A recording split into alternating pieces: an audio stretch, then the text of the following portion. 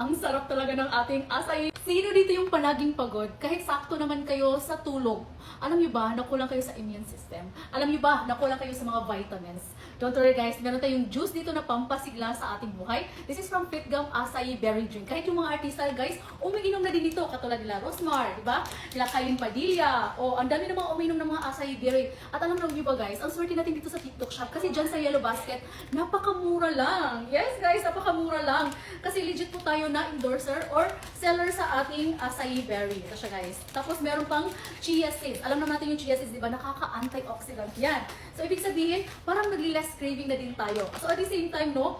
Ano na siya guys? Parang nakakabalik alindog na din siya at the same time. Di ba? So ang dami yung benefits sa ating katawan. Kapag berries talaga, no? Ang daming benefits sa ating katawan. Kaya nga siya mahal, di ba? Ang mahal ng mga berries sa labas kapag bilhin natin. Oh, ito siya guys, naka-powder na. Ang sarap talaga ng ating acai berry drink, guys. Ano pa ba yung hinihintay nyo dyan? I-check out nyo na yan. Nasa Yellow Basket.